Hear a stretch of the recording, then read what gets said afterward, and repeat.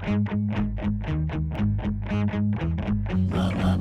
to the Tournament Poker Edge podcast, brought to you by TournamentPokerEdge.com, the only podcast dedicated exclusively to poker tournament strategy. Now here's your host, Clayton Fletcher.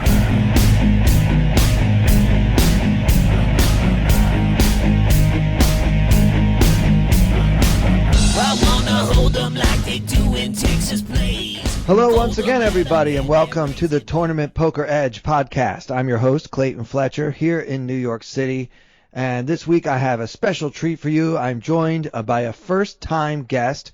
He is a TPE member, but more importantly, he's a good friend of mine. He's a long-time poker tournament grinder who recently made the switch to primarily cash games. He's got a circuit ring where he lucked.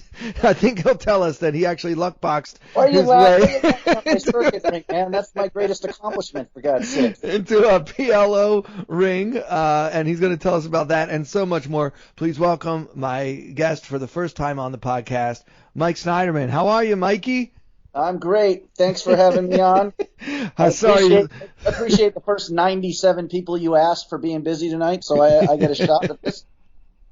That's the way, and I apologize for the somewhat denigrating intro there. But, let's be honest. How good were you at PLO when you won your... Yeah, I had barely played the game before. At that point, I think... occasionally, I don't know, probably a lot of people have done this. You accidentally register for a PLO tournament. Yeah. When you're online, you're just firing tournaments, and you register, and then you're like, oh, PLO. Yeah. But yeah, pretty limited. Yeah, I would say, I don't know, let's just say it took 12 hours to win the tournament. That was more time than I had ever played PLO before. So it's good times. Yeah, so that was a circuit ring event. Somewhere, where was it? Nevada? Yeah, Lake Tahoe. Lake Tahoe, okay, yeah. That's fantastic. When I do that circuit stuff, I usually try to make like a week of it because I want to go for there's so much of the value. The rake in those things is ridiculous.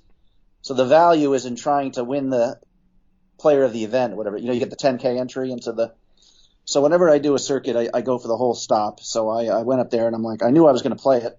And it's a small field. Those things are usually much smaller. So actually, if you're semi-competent, that might be the best chance of winning a ring in those things. Yeah, for sure.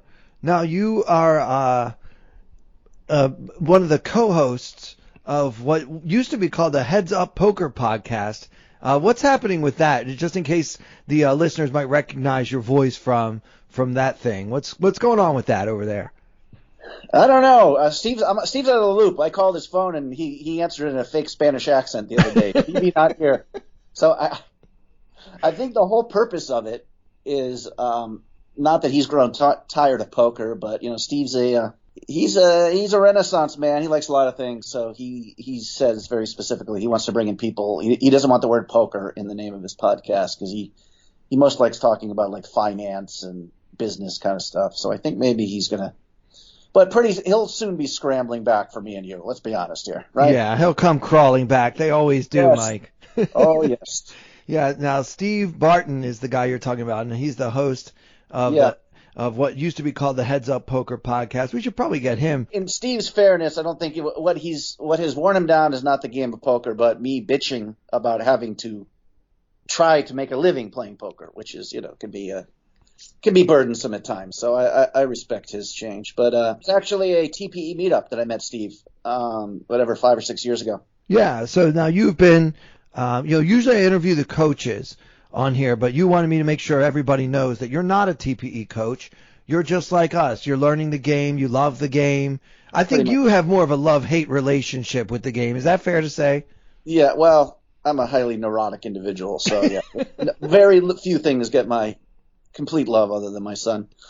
But yeah, the TPE, man, I got no problem pimping TPE. They turned me into a winning player for sure. I was pre-Black Friday. I was dumping money on stars and just doing poorly at poker. Yeah. I'm the kind of guy that these games are built around. Someone who's smart, who can win at Trivia Pursuit and Scrabble and lots of stuff, and assumes that he has a natural aptitude for games. Do you know what I mean? Absolutely. But I didn't know what position was. I never heard the word 3-bet actually until post Black Friday. I don't know if you remember, ESPN had that really great year of coverage, very comprehensive, like with Olivier Biscay and Tuckman talking about, and the language was totally new to me. I didn't even know these anything. So, and then I heard Casey the Big Dog Jarzabak getting interviewed on a podcast, and after he won back-to-back Sunday Millions, 2 weeks on it. So, and he mentioned the Tournament Poker Edge. So I joined. I was going to just watch a few videos of the Big Dog shipping these tournaments, but of course, fell in love with the site, and yeah, still a member. That's awesome. Well, I was connected to TPE through our mutual friend Carlos. That was like, you need to check out this site and these guys. And they used to have a weekly podcast. A lot of our listeners already know this, but just quickly, I used to listen to the podcast, and then they stopped doing it. And so when I got to finally meet them in person through Carlos Welch, if anyone is living under a rock and you don't know who Carlos is, the infamous, notorious homeless poker player that's not even homeless anymore. I told those guys, I missed the podcast, and if nobody else wants to host it, I'll host it. And they were like, yeah, why don't you host it? And that's pretty much how I got this gig. KB, as we know, is a very busy man. He keeps the forums and stuff, so we also get to a steady stream of podcasts, which those guys were not always completely good at keeping it going on a regular basis, So I think just for that reason alone. Yeah, but when they did it, it was great. They had Casey Jarzabek, you already mentioned, Mark Aliato, Derek Tenbush, and the guys were just terrific. Going over strategy. They're all buddies. Giving each other shit, Mark and Casey, and that is always a good format for any sort of radio, whether it's Howard Stern talking with his buddies or in this kind of situation. I think Yeah, I'm glad you feel that way, because I was pretty disrespectful to your circuit ring in the first 30 seconds of this one. Don't worry, I'm going to unload on you any minute here, buddy. Sounds good. Now, Mike, you've had some success in poker. You've got several World Series of Poker caches. Looks like you got like maybe 10 or 12 different caches over the years, including a couple of main event caches. Which anybody that makes day 3 of anything, I got to tip my cap, because I know how hard it is just to survive that long. And then, of course, like we mentioned, your circuit ring. So what exactly happened that kind of led to you switching? As I mentioned, you've been playing mostly cash games lately, right? Yeah. I think live tournaments is probably the worst way to try to make a living. I mean, there's guys who do it. I know who do it. But you gotta, I don't know, it's hard to. Cash game players are better, just because you're playing deeper stack poker usually. But tournament poker, I think you need to study and stay on a certain level. I mean, basically, I guess it's variance, which has kicked me out. I've had 3 straight losing years. 3 straight years first 3 years I went in Vegas, I did very well. Last 3, very poorly. Partly variance, but I think my edge has been slipping significantly. I don't watch the training videos like I used to. I don't have the friends that I talk hands over with, and I became a decent enough. I'm not even a good cash game player, but I've become a good pro, I guess, in terms of discipline, working long hours, bank control, bankroll management. I still love tournaments. I was telling you, I did online for the first time in a year on Sunday. Yeah, for the first time in a year. Tell us about that. What was it like getting back to the, especially the online tournament grind after a year away? Yeah, well, I was specifically worried about another COVID shutdown. And the last time we had the casinos shut down for basically 4 or 5 months here, and I was not prepared for that. So I was playing online cash, doing so-so, but then I was racing around doing all these private games in Southern California, and just doing very poorly. I mean, the games were good and I was running bad, but the rake was too high, and I can't be. I need structure in my life. The tournament, of course, does provide that, right? I mean, a tournament, they tell you what time to be there, how long your break is. I guess I mean by not live camera, being a red chip grinder, I know my hours, and kind of the same thing with yeah, driving all over the place, deciding which city to go to was kind of chaos. But like, so even the online grind, I knew every Sunday I probably log in at around 11 a.m. or 12 a.m.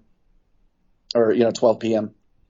So I mean, in that way, it's kind of organized and structured. So if it's shut down again, I wanted to go back to doing online. I have not made a determination if I'm sticking with that or not, because I will have to start studying again. All those little 2 and 3 big blind decisions you make in tournaments, it's muscle memory. You're not used to those. Which boards you're going to be donking on for. Yeah, it's just different. It's just definitely different than the cash game. So I would like to get into it though. I actually fired up. I watched a Brokos video the other day. I've been a TPE member for 6 years here, but I haven't watched a video in a year. I'm ashamed to say. and I already have. I'm going to watch the Jace video on Deep Stack Play, and there's a couple other ones. I'm kind of excited to get back into tournaments. But yeah, basically it's just I've done poorly. Last 3 years I've good cash results, and but down I think like $80,000 the last 3 years in live tournaments, which is. I'm not such. It'd be one thing if I was a 5-10 crusher or something, then that I could write that stuff off. But that's just too much of a bankroll to put up there. I mean, I always sell action, but even with that, so I don't know. I'm probably lucky. But the World Series of Poker, who am I kidding, will roll around next year, and I'm going to tell myself I'm just going for the seniors event. I'm going or whatever one event, and then I'll end up just not leaving for 3 weeks. Probably because, Vegas World Series of Poker is awesome.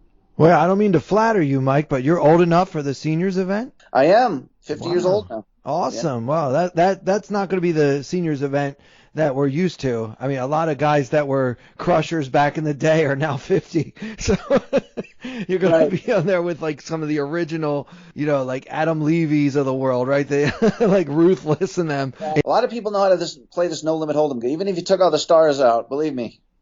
The dirt farmer in Wyoming has a 4-bet bluff range now. Do you know what I mean? It's like not. Right. Yeah. Sure he does. So walk us through what happens. You have 3 losing years. You could do some soul searching, right?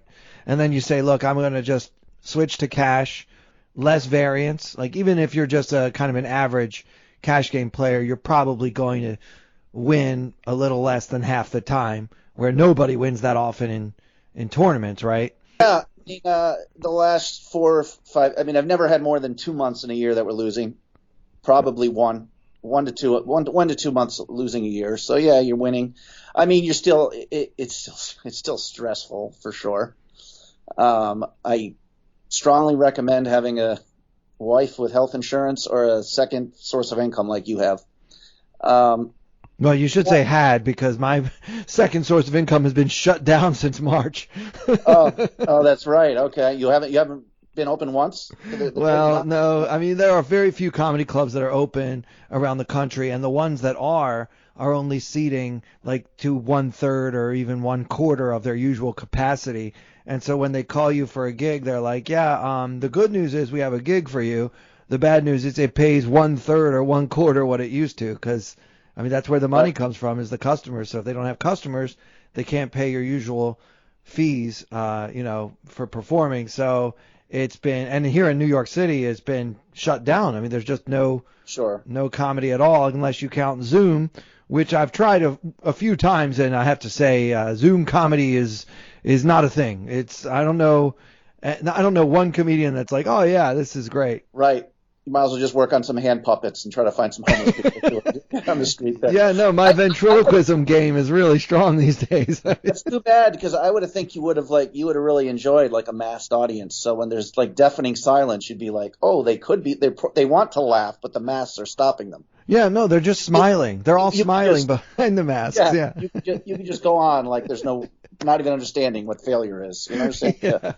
Yeah, denial is a powerful tool. So speaking of that, what stakes are you playing in the cash games out there? You're in San Diego, is that right? Yeah, San Diego, mostly 2-5 with like an 800 cap. Sometimes it'll be I played, if there's like a special kind of game, I have people who I try to be really disciplined about the bankroll management here, because it's pretty easy to do when you don't have much of a bankroll. But like I played some 5-10 actually a couple months ago for like a week, but I sold half my action for that. Well, that's good. It sounds like you're managing your bankroll. Obviously, the pressure's on because you're trying to do this for a living. Southern California is expensive too. Yeah, of course. It's a very expensive place to live. San Diego is one of the most expensive places to live. I'm very proud to say New York just dropped off of the list of top 10 zip codes. Everybody's leaving my city, so the prices are actually going down here. So I'm thinking about just toughing it out. I'll be the last comedian in New York. Right. Just stand there on the street corner with a microphone and a boombox. Still, if I can make it here, I can make it anywhere. Yeah, I'm trying to look at the good part about all these small businesses, economy collapsing soon, to be like, I'm thinking that like chicks will be more impressed with me. Like, you've got a Honda and a gas card? Yeah, right. Yeah, you've got more than my dad and my ex have together. Yeah, not as bad as it used to look, right? And not to discourage, you definitely can make a living doing the online tournament thing if you're disciplined and not totally. That was probably the problem, actually, now that I think about the online tournament. Near the end, I did have a couple pretty good scores on there. I final tabled $1.1 million on ACR, and I won $500,000 on ACR. But right after that, I had like a 50K down. Basically, I was doing like 5K buy-ins every Sunday kind of thing. You know what I mean? Wow. So yeah, that's a lot. I forget. One week I won a 50K, and then the next weekend I bought in like 3 or 4 times to like a $2,500 tournament on ACR. I'm actually, I can say pretty strongly, I'm probably not even plus EV in those tournaments with the amount of top pros and Euros that are on there. You know what I mean? For sure. Those are super tough. So if I go back on, I told myself it's going to be like more Bovada, and then kind of, no rebuys, take a shot at some big Sunday events on ACR, certainly. But yeah, I was looking for the big score, whether it's live or online, which is fine, I think. But now I'm speaking of Mr. Carlos Welch, yeah, more towards his way of thinking. And what is that for those who don't know? Smaller fields, smaller buy-ins, less variance, and then you just theoretically can just make that up for in volume. Yeah, if the fun of playing tournament poker is making final tables, which I think it is, I love playing final tables. I wish I could play a final table every day. Entering a tournament with fewer entries is going to result in more final tables, even if those guys are a little better, right? Yeah, precisely. Well, Bovada, the competition is less, so that's the main advantage, the quality of the players, I think. Yeah, I've said many times on this podcast, I think ACR is one of the toughest online sites that you can find because they do have high guarantees and they get big fields. You also get plenty of sharks in the water. So what I've been doing, I go over across the river to New Jersey where it's legal to play on Party Poker, WSOP.com, whatever. And so I find the competitions a lot easier because I'm just basically playing against people who are in New Jersey and Nevada. So that I can handle. I don't have to compete with Lithuania. Right, exactly. Yeah. You play cash online? See, cash online I couldn't beat. I would need to really work on my game and get a coach to do that. I think it's just a higher level of. Yeah, I do play online cash, but only PLO, and I always joke that I like PLO because I'm good at flipping. So. Right. Okay. Well, there you go. That's your game. Yeah, it seems like I'm like 75% of my coin flips, so I'm good with that. But no, I like to grind the tournaments. Like they've had an online series of some type every single month since the pandemic started. So it's kept me pretty busy going back and forth. I just wish I had a place in Jersey. I'm the first Manhattan resident who ever said that. Yeah, that's funny. Yeah. It's true. It's true. I'm jealous. I look out my window and I see the Hudson River and all those people over there playing licensed, legal, regulated online poker, not worrying about how to get Bitcoin and stuff. It makes me sad. Yeah, that's true. The ACR and Bovada are kind of a pain in the ass to deposit to if you don't have Bitcoin. I don't know if it's easier with WSOP.com. Yeah, I think when in Vegas. I think I just deposited through PayPal there. That was great. You could do it at the cage. Just go to the Rio and be like, here, I want to, whatever. It's so easy. In New Jersey, you can actually go to 7-Eleven, and they have like a barcode you can have on your cell phone. Like, here, I want to put money on my poker account, and the guy at 7-Eleven will take your money. Yeah, it's great. I don't know I mean, like a lot of people, of course, want to see like California getting legal online poker would be such a bonanza. I'm not sure it will or not. All the good poker players chase the money. So if California started having their own like Sunday Million, they almost could afford one here. The state's so big, you know what I mean? For sure. Pretty soon you'd have all the players from Finland VPNing in and all that kind of stuff. But no, I would like to see.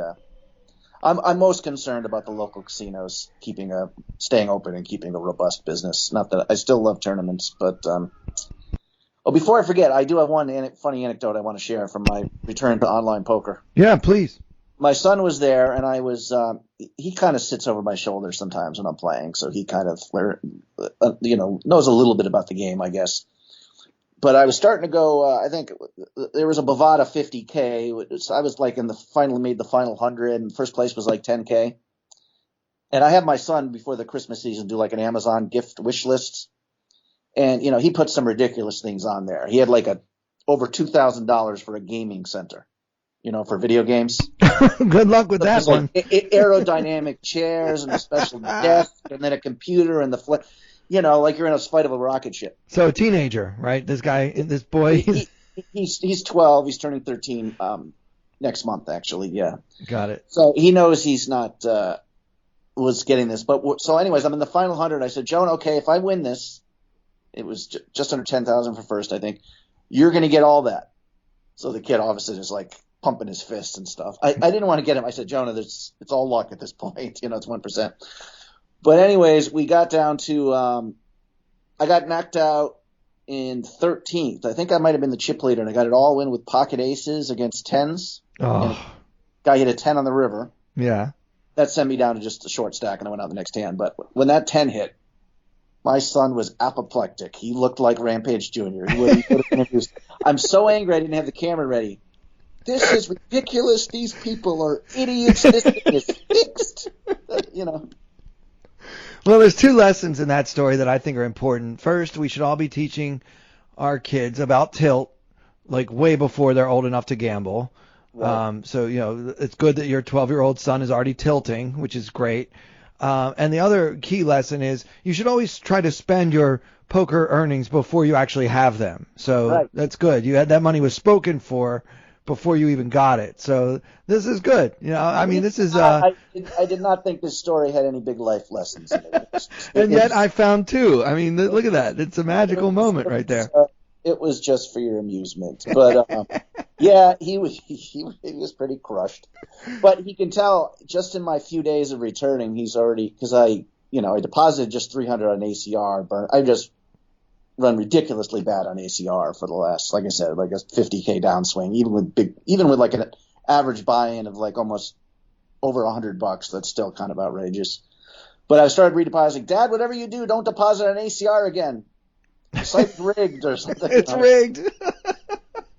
He's like, do they know you? Maybe they have something against you. He's joking, but he's kind of mocking my mentality. But I should introduce your son to Jonathan Little. So Mikey, a minute ago you said Rampage Jr., and I'm afraid that some people listening might not know what you meant by that. What did you mean by your son became Rampage Jr.? Well, I'm not really known for my emotional health, so I can go. Well, my favorite thing about poker is you can give yourself your own nickname. You can't do that in any sport. You show up on the first day of tryouts. Just call me Stud. Call me King. No, it doesn't work like that. But you can come up with your own screen name. So I was always a big fan of Rampage Jackson, the UFC fighter, and I thought that'd be a cool online poker name. So yeah, and I started demanding people call me Rampage. Do you understand? Yeah, well, I mean, So demanded it, and so I will not. In fact, I stopped even. I think my Twitter handle used to be Rampage Poker, and I changed it to something else because I'm like, okay, I don't even play tournaments. I haven't won a tournament in a couple of years here. Rampage is just not appropriate anymore. But well, I don't know. It depends on how you look at it, Mike. I mean, right. a rampage could be just as easily a downswing. Right. Well, that's true. You know, as long as it's a bloodbath of some kind, we don't really care whether it's up or down. Right. I can still tear open a can of baked beans with my teeth. That's kind of, impressive. Yeah, nothing wrong with that. Well, I do want to get to, I know you had a strategy hand you played against a famous player that you wanted to mention, but before I do, I want to hear just a little bit. You mentioned briefly a moment ago that you were playing in some home games in SoCal. I got to hear about that. Are there any stories that you think people might find interesting about some of the, I guess, the underground scene, if you will, in Southern California? Is it anything like it is in New York, which is oddly very much like the movie Rounders? Yeah, I guess it's those are well, a lot of this. I think there's probably been some home. The home game I went to, this ex-Marine throws it, and he's been running for 10 years, and he's just a successful businessman. He's got his little clientele. A lot of the Persians of Orange County. He's got himself with that crew, and gets them the good Greek food, or you know what I mean. It's like he runs a good game, and but he makes a lot of money. It's a good rake. A lot of the other games I think sprouted up because of the pandemic. There's a lot of people, everybody started all of a sudden thinking like the casino. Wow, you can do this much a hand and doing the math, so there's a lot of money to be made. And but I think those games are great if you've got like there'd be the one game I went to the most. They had like a 5-10 uncapped, which would usually have a massive whale dumping money, so you can actually afford. You don't mind paying a $40 max rake per hand. Wow, $40, no kidding. And that was pretty crazy. And but the 5-10 they had was still charged. The 5-5 would still charge $25. I mean, I'm always a little slow in the uptake. It took me a while to really realize, if you're paying $60 an hour to play poker, your competition needs to be really bad. Yeah, so, that sounds pretty unbeatable, Mike. I don't know if I would want to play in that game. Yeah, well, the one game I was just a $20 rake, I just kept going, beating my head against, and I mean, the play was so outrageous and crazy. I mean, it was run bad. I'm not going to give bad beat stories, but it seemed like for about a month that I was playing there 2 or 3 times a week, every session would end the same way with me like flopping the nut straight and some guy shoving 2 pair kind of shit. You know what I mean? So it was running bad, but so that was you not giving bad beat stories. Well, it's just more of a general way. Giving a specific hand. And the other one I went to, I don't know what the New York games are like, but this was just you're talking about how you can't believe I'm 50. Like I felt like I was 70 at this game because it was like the strippers there. You know what I mean? Like the loud rap music. Lots of drugs. There are hookers there too. I'm not even going to get into it too much, but I was. Well, I think I can speak for all my listeners when I say I wish you would. No, it was just. It was.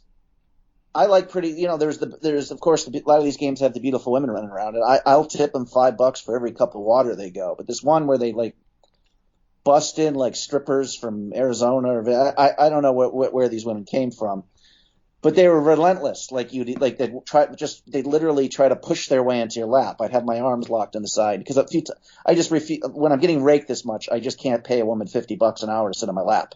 Yeah, some of them they would jump in the middle of the hand and like shake their butt in your face. And so I mean, I'm very heterosexual, but it was half traumatizing sometimes.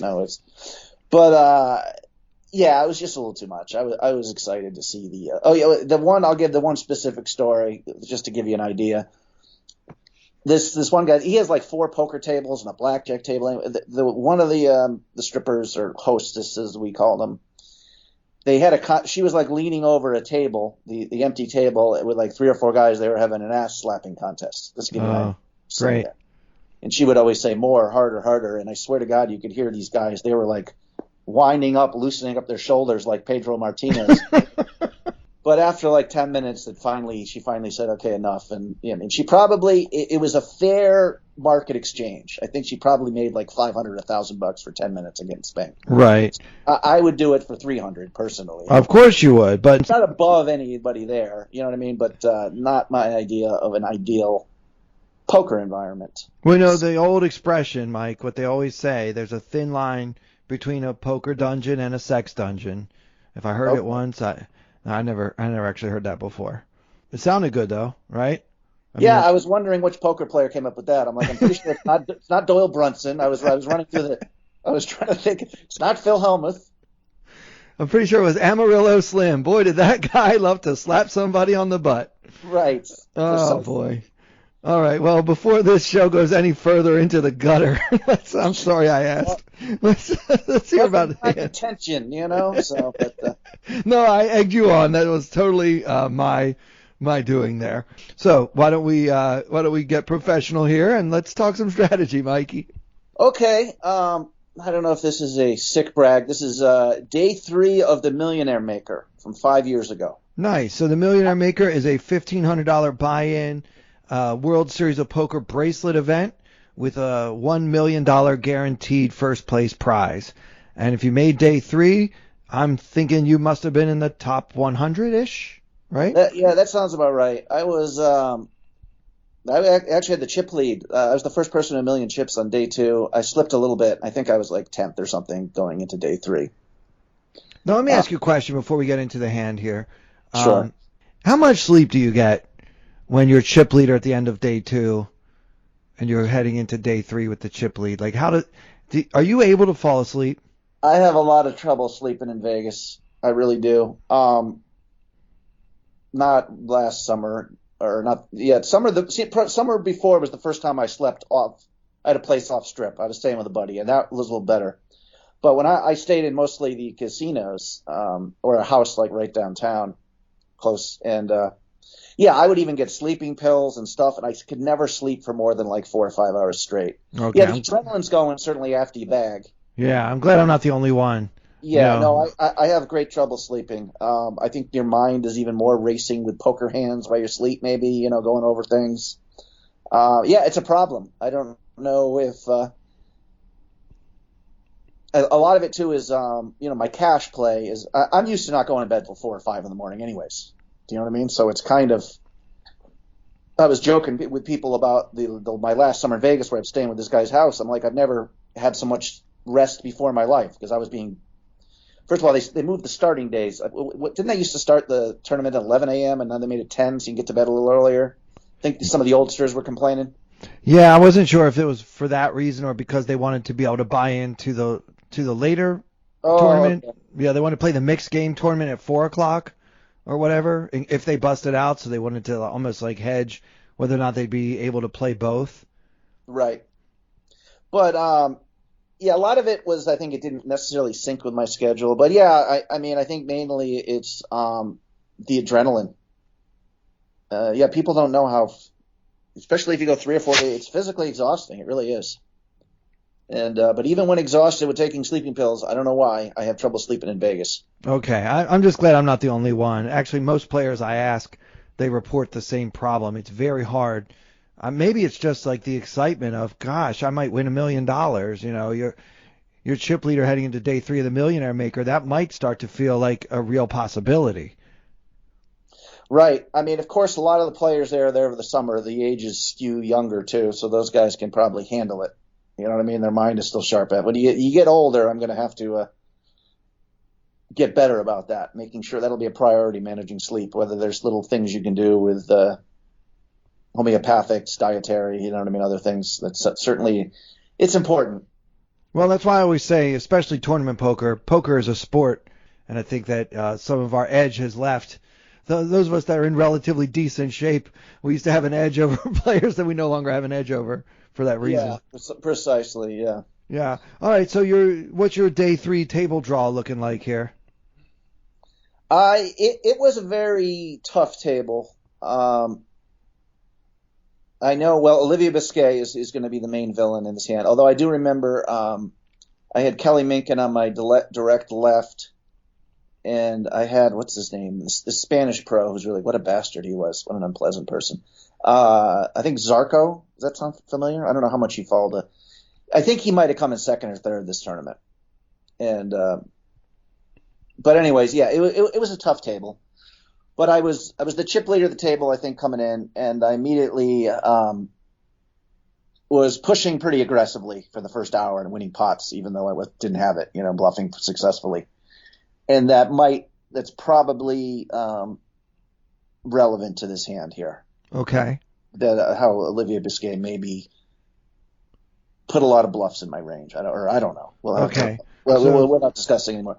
But yeah, you're talking about Javier Zarco. I wasn't familiar with him, but yeah, I just looked that up while we were chatting here. He did, in fact, get second. He's one of those guys that are they're going to balance their folding time and look at everything, stare at you for 30 seconds. But you know what I mean? At the time, I thought he was really annoying, but whatever. That's half the town. All these people are doing the Justin Bonomo and taking time and staring people down, or just following what the top pros do, is the way I kind of look at it. So there must be some merit to it, but I always dislike that aspect of. I'm happy to be away from tournament poker just for that. The tanking and all the stare down shit.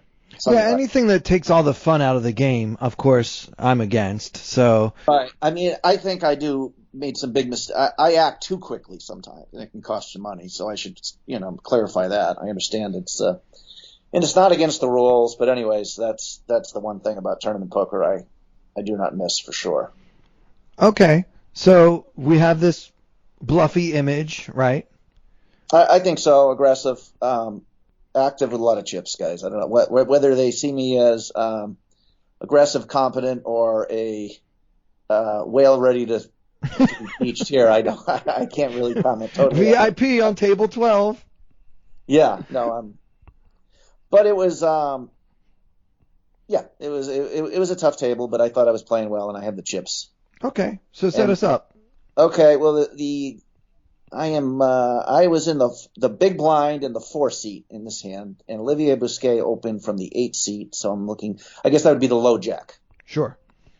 And it was the blinds were 5,000, 10,000, with a $1,000 ante, and I had about 1.1 million in chips, and Olivier Biscay had about a 400,000 in chips. So we were about 40 big blinds effective. Effective. All right. Great. So he opens, and it folds to me in the big blind, and I have Jack 10 off. Okay. He makes it 25,000. Sorry. All right. And I am in the big blind with Jack of clubs and a 10 of spades. Yeah, we're not folding, and I don't see putting this hand in the 3 betting range very much. So I think it's a pretty clear call, right? I would think so. Yeah, I think it's a clear call. I'm trying to think what I would do with Jack 10 suited, but if we start going into every hand combo in my big blind, then we could go on forever. But yeah, I called. So with the small blind money and the antes, there was 64K in the pot. Okay, 64, and he's got another 375 behind. Yes. Okay, so what's a flop? The flop is a King Queen 7 rainbow flop. Okay, so it's King Queen 7 rainbow, and we have Jack 10. So Hero has the good old open-ended straight draw to the nuts, which we love. I mean, of course, the solvers all say we never donk heads up, so we always check our full range here. Oh, okay. You're already ahead of me. I don't know what the solvers would say here. We're never donking there? I thought maybe that would be an interesting... Yeah, well, the solvers have pretty much... I can't... Yeah, the solvers say that unless you're in a multi-way pot, we're always checking to the razor in a heads-up pot on the flop. Okay. Yeah. Now, I'm not sure. I mean, the solvers are obviously... Right. I was thinking there was a flush draw out there. I was thinking, would I lead with a set of sevens? But I probably, I think it's uncontroversial. I think that this is a pretty clear check. Yeah. So what does he do? Before he acts, are you thinking along like check call or check raise, or you want to just see what he does first. Yeah, that's a good question. What I like to do is kind of see what the sizing is like, see if I get a feel for my opponent and his confidence level when he makes the bet. Those kind of live things that I take a lot of pride in. I'm sure a player of Olivier's caliber is probably not going to give me too much to work with, but occasionally I've gotten some reads on some pretty well-known name players before that I relied on and used for profit. So I would definitely be kind of trying to feel him out. But I think generally, without any reads, if he makes a standard like half pot bet, I would be planning to call and draw to the nuts. And the reason why is because I have a bluffy image.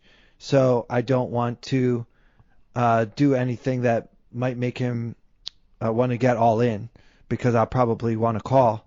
So in other words, if we put numbers on it, if I check and he bets something like 30, 35, and I check raise him to like 110, and he shoves, like I'm basically getting the price now to see if I can hit one of these 8 outs. And I don't like just barely getting the price and putting myself in a break-even situation where I hate calling and I hate folding and I have to pick one. So right. I think checking and calling a standard size bet would probably be the preferred line here. Your thoughts? Yeah, I was thinking the same thing. Yeah, I was thinking the same thing. Well, I mean, it's what I did. I checked, although it doesn't. He only bet 25K. He bet small.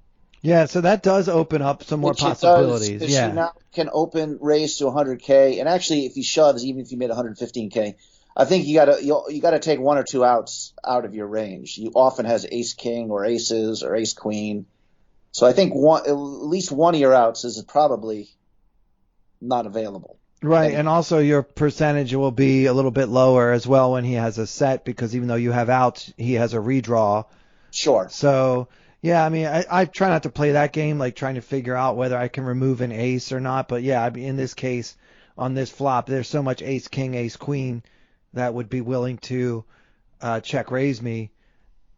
I guess you do have to include some half percentage of, some fraction of an out there that you're going to be losing at least part of the time.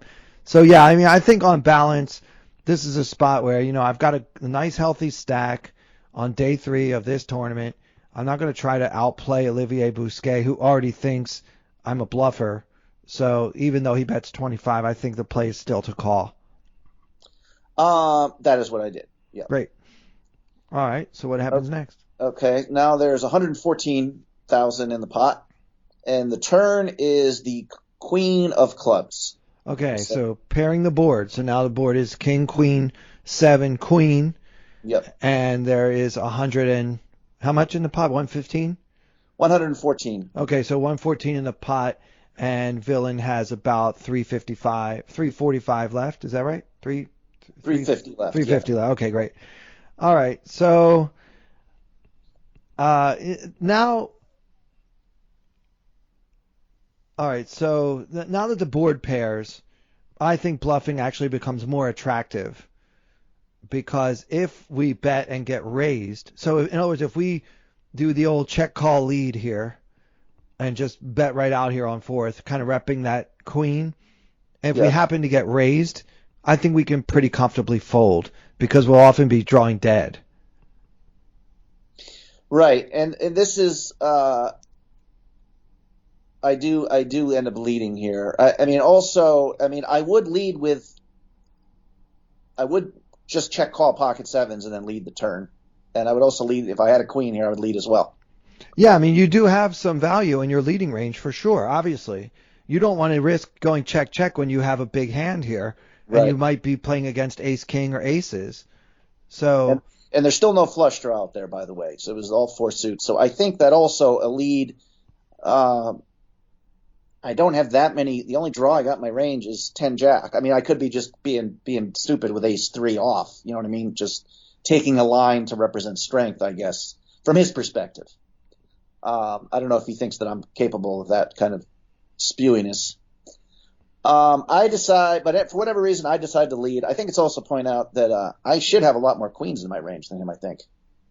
Yeah, I'll agree with that. From the low jack, what is he? He's raising queen 9 suited, probably queen 10 suited. He might not even raise queen jack off. Maybe just queen jack suited.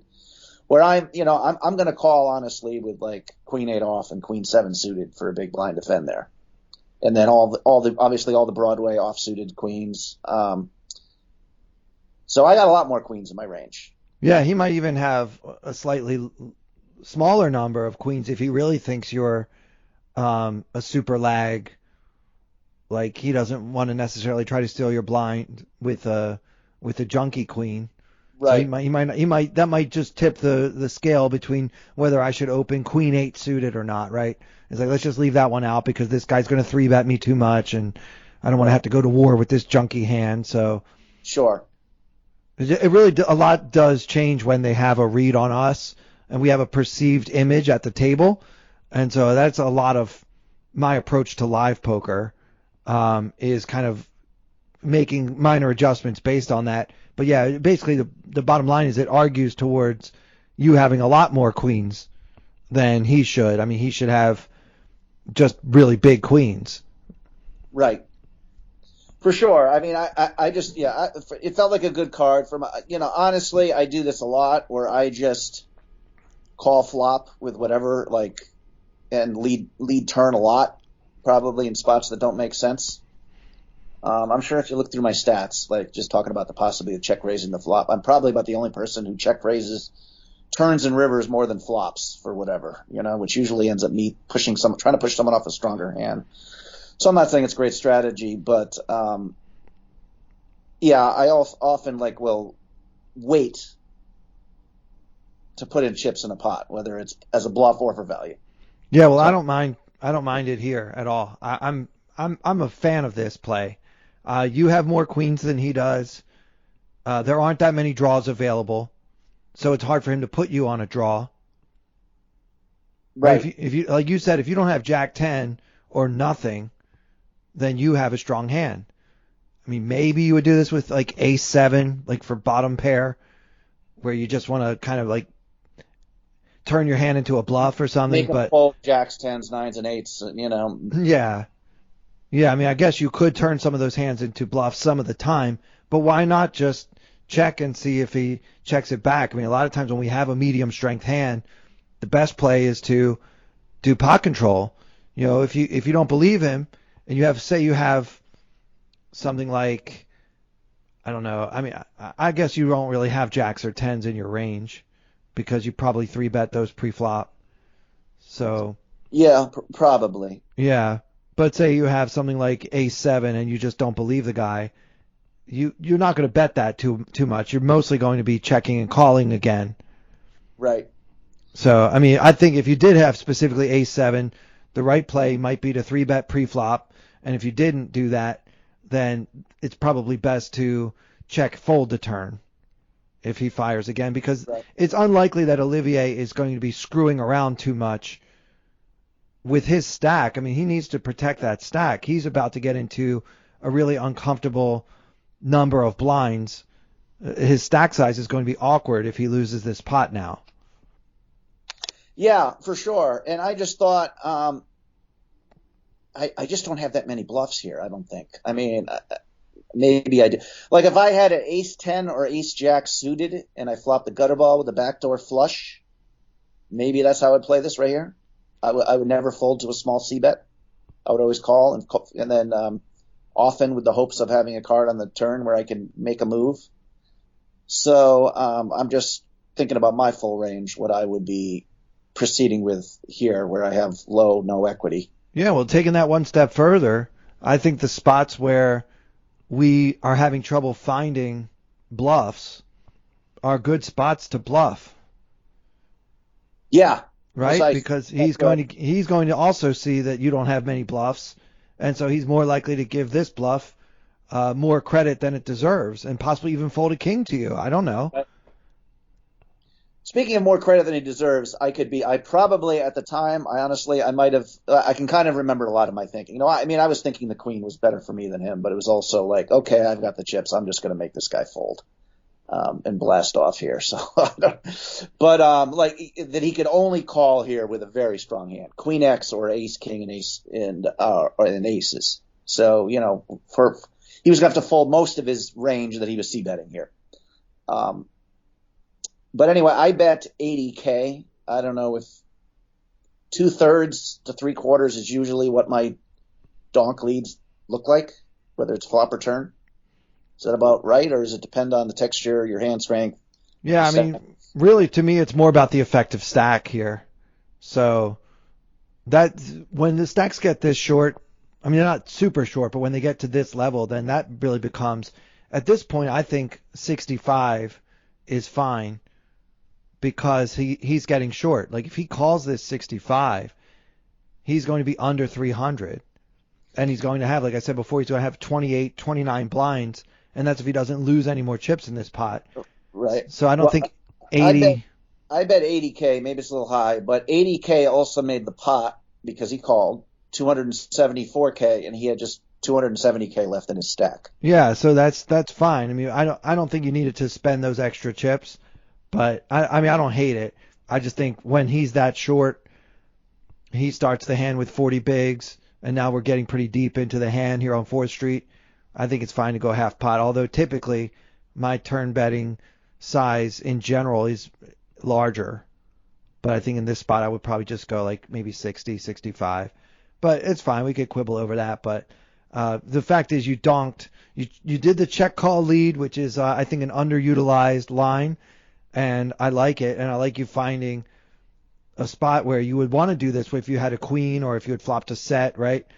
And now you're doing it with a bluff in a spot where, like you say, you don't have many bluffs, which is likely to give him a little more pause about continuing the hand that he otherwise might have. Or if a flush draw showed up on 4th Street and you suddenly wake up and lead out, he might say, oh, this guy's full of it. He just picked up a flush draw and he's trying to get me to fold. But since that's not what happened, he's got to think about it. In terms of getting things off, top pros, I didn't, but he took a long time before calling on the flop. On the turn. Of course, that could mean that he's sitting on quads and just wants to make it look like he has. But what do we make of his range? I mean, would he be shoving his big hands there? Would he be shoving his pocket kings and just hoping I have a queen? Yeah, I think he would. I think if he has something. How about his naked queens? Would he just let me bluff the whole way and just? I'm like aces. He's not gonna raise. I don't think that wouldn't make any sense. He's probably just ready to check call the river too, or rather call the river. I don't know, but well, we already said, Mike, that most of his naked queens are strong queens, so it's going to be ace queen, maybe queen jack, right? Queen 10. So he's not too worried about his kicker if he has trips. So you think he'd always be flatting the monster hands here? No, I was actually going to say we don't think you're bluffing very much, and he has a big enough hand to go broke with, I think, if he's got 3 of a kind here. So given the chance that you might call with worse, because you just defend from your big blind, if I have queen jack, I hope Mike has queen 10. Let's get it in. I'll double up on this. And I think that's the mentality that a top tournament player like Olivier would have here, rather than, oh, gee, I hope my 3 queens are good. I'm just going to call and hope the guy bluffs again, but I hope they're good. You know what I mean? Like, he's going to say, if this hand is no good in this spot in this tournament, then I'm going to just bust in 100th place. I would think if I were him and I had kings or sevens, I would shove. Yeah, me too, because you don't have any bluffs. Queen. But if I had a queen, you got to put in some. Just assume he's got some weird bluffs in my range. I mean, it could be just a cooler. But no, you're probably right. Just shoving the queen there would make sense. So I don't know. So if he's just calling there, what kind of range are we? No, I think he's going to have. How are you thinking about the river card? Yeah. So when he just calls here on the turn. Now, by the way, the turn is probably a mix. When he has a monster, it's probably a mix between calling and shoving or whatever, if you did it on a solver. which I'm not doing right now, by the way. I don't have my solver up right now to go through this hand, but I'm assuming that there's probably a mix, but it probably leans toward just get it in, because again, you don't have many bluffs. So you're betting again. You're suddenly waking up, which means you probably have a strong hand. We don't think you have a bluff, and usually the check call lead is a sign of strength. So he would typically shove his monsters and hope that you have enough to call, like a queen yourself or whatever. If he's got something like, if the question is what does he call 80,000 with, I think ace king can't fold yet. Ace ace can't fold yet. I don't think I'm having trouble coming with many other non-monster hands. So which rivers are we not want to see? I assume a king is bad. That's a bad bluffing card for us because he has king jack suited or ace king here a fair amount, right? Yeah, absolutely. We don't want to see a king on the river. I'm not even sure. Queen is bad too. I mean, unless we're Mike, I'm not even sure we want to see an ace on the river, which is why I like the bluff in the first place. Which is why I like the lead on the turn, because I'm not even sure if I want to get there anymore. So I may as well flip this hand into a bluff in a spot where I don't have many bluffs. Okay.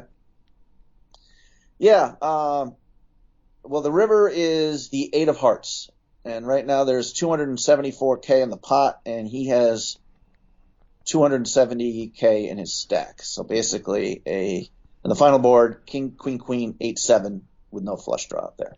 There is nothing in the world like being in a heads-up pot against one of the best players in the history of the game with jack high on the river. It's just I mean, what do we do? We don't think he has a lot of monsters, right? He didn't shove the turn. So to me, that's a case for let's barrel again. He's got a pot-sized bet left. If you lose this pot, Mike, you're not going to be out of the tournament. But if he loses this pot, he will. Now, if he outplayed us and didn't try to get it all in on the turn because he's got so many queens or whatever, right? Then we're going to lose like almost half our stack, which would really be sad. But I do think that sticking it in here is plus EV. Is it the kind of chance we like to take on day 3 of the Millionaire Maker? I mean, it won't be comfortable, but I do think it's a good play. I also have no problem with check folding, give up. We took our shot on the turn. So I'm not saying we have to follow through, but because we kind of came to the conclusion that our opponent would normally raise on 4th with a monster, we can still conclude that, well, unless he has pocket 8s, right? He doesn't have a monster, and he can't. Right. He doesn't really have pocket 8s when he calls 80,000 on the turn. So because we can remove so many very strong hands from our opponent's range, I think shoving has a lot of merit, and I think it's a positive play. I think that might be the best option. I made maybe a strange choice is to bet pretty big but not put them all in. Doing like studying his stack, like, oh, how much can I get? Like, trying to make it look more like value. Yeah, it looks stronger. I understand why people do that. In this spot, I think, if I don't know if we consider his king jack a marginal hand or whatever, but that kind of hand, I think there's definitely the folding frequency probably increases quite a bit by putting that last 80,000 in, because I just bet 190K. Okay, leaving him with like 80,000, right? Yeah, he would have 8 big blinds, so it might be one of those things where I don't know how much that tweaks the frequency of the folds. I mean, I guess you could also say save if he has a monster and he's ready to snap it off, then I save 80,000 too. I don't know. It's always fun when you make that bluff and they put it all in and you just fold for 8 more blinds. Yeah. That's one of the most embarrassing feelings in the game, I think. Right, yeah. Yeah, I would have shoved, but I don't know. I don't know how much difference it makes, Mike. I don't think it's that big of a mistake or whatever. And it may actually look stronger to some players, but I think in Olivier's shoes, I would say, you know what? I've got these 3 queens. I'm going to call. And if I lose, I'll still have 8 blinds, and I can spin that back up. I'm Olivier freaking Bousquet here, so you know what I mean? Yeah, So I think I remember talking to a few people about the hand, and I really didn't understand what the hell happened. See why I say that. And shoving all in seemed to be a consensus amongst the first few people I say, because he took forever and called with, what's the worst hand you could picture him calling in this situation with? I'm going to say King 10. Pocket sixes. Wow. Yeah, all right. That's about as much as you can get owned. Yeah, he must have just. You're talking about live reads. I don't know if he had something. It is the most polarized bet ever, I guess, from his perspective. I mean, am I never turning pocket tens into a bluff here? He has to assume it's just a queen, or somehow I just felt like I was trying to be a big man with lots of chips. Wow, that is a very sick call, and he is a world-class player. And by the way, he ended up knocking me out 2 hours later and finished second in the tournament for like $1.5 million or something. Yeah, he got third place for $589. So. Oh, okay, third place. What was first place? Or who won that? The winner's name was Adrian Buckley. Okay, I do remember that guy. Okay. Yeah, so well, that's fun to go back down memory lane, and a time when you had a big chip lead and then lost half your stack to one of the best players. I would love to discuss this hand with him. How did you call with sixes? I'm surprised he even called the turn. Sometimes, though, when we donk lead the turn after having check called the flop, people don't believe us. And I think that's obviously what happened here. If he was able to call that big bet you made on the turn with just a pair of sixes, he just doesn't believe you. He thinks you have the kind of hand you have, nothing. And I don't know. He's way above either of our skill levels, right? I might have been crying. I don't know. There might have been something. There might have been some other physical tell. I don't know. I think I usually pick pretty good spots to bluff, and I don't think I give anything away here. So buying that, it's just he didn't believe me on the turn for whatever reason. On the river, if you start counting combos of hands, I don't know how he gets enough bluffs to justify a call there. I'm sorry, like 380, 660. I only need to be bluffing 30% of the time for it to make it a good call for him, I guess, or something. I'm not sure, but but that's a pretty high percentage. Given your line in this hand, you are showing so much strength on the turn and the river, and I'm not really sure leaving him 8 big blinds really makes the difference, Mike. I don't really think it does. I'm not sure how much difference that made. I'd say it's negligible, though. You basically put him all in on the end. It's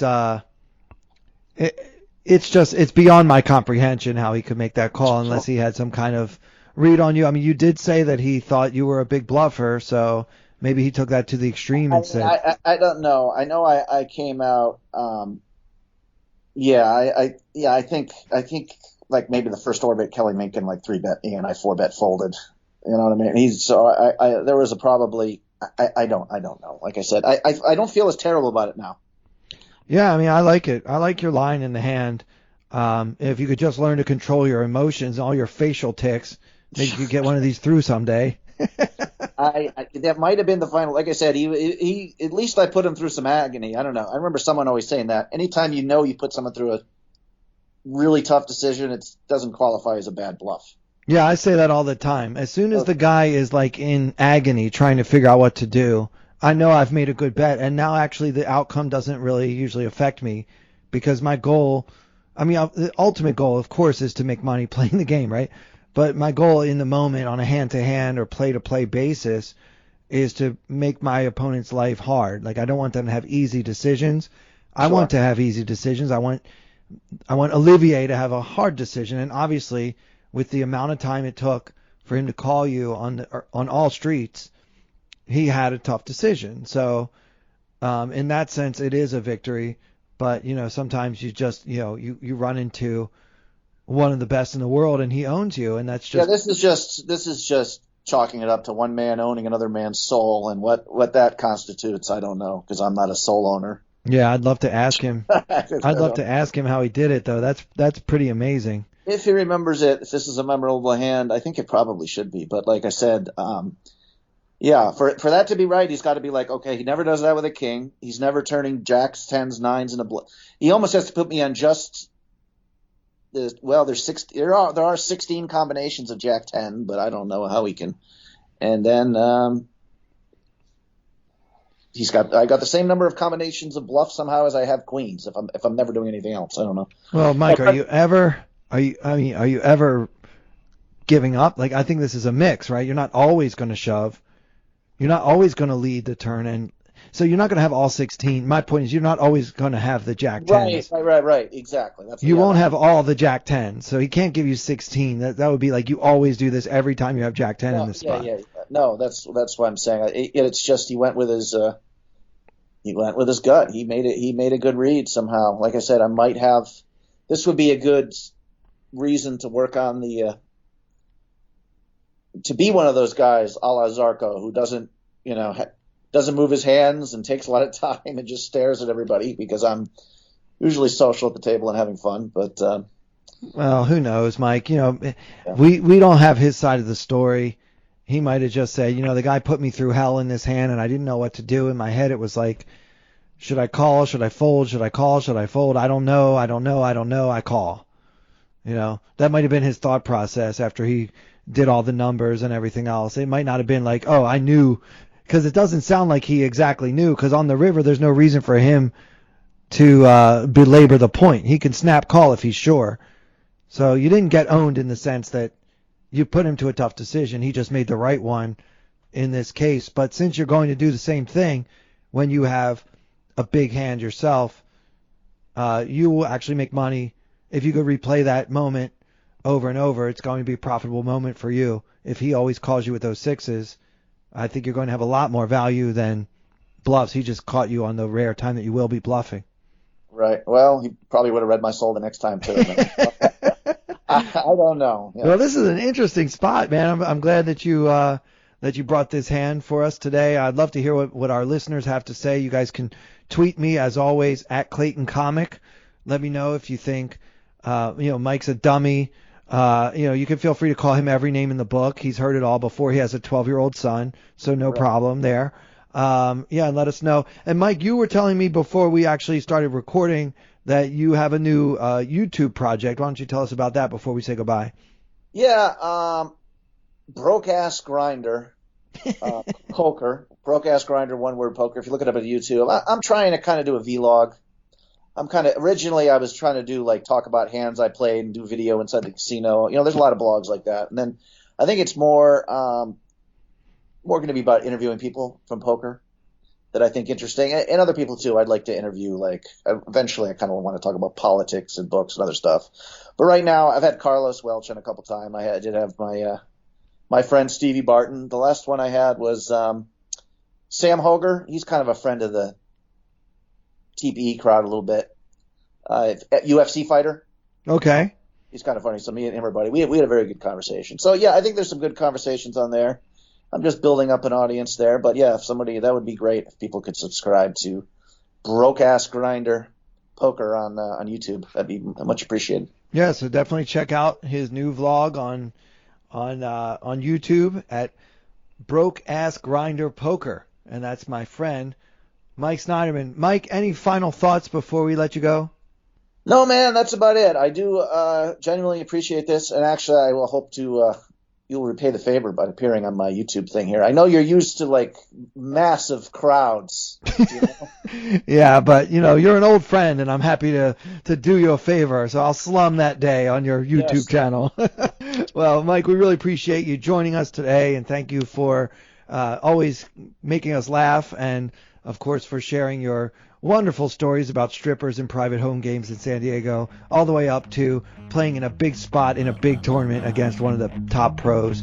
So from Mike Sneideman, and of course for everyone here at Tournament Poker Edge, I'm Clayton Fletcher. Thank you so much for listening.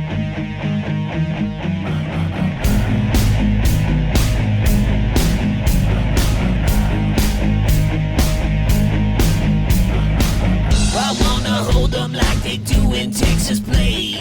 Fold 'em, let 'em hit me, raise it, baby, stay with me. Luck and intuition, play the cards with babes to start. And after she's been hooked, I'll play the one that's on her heart.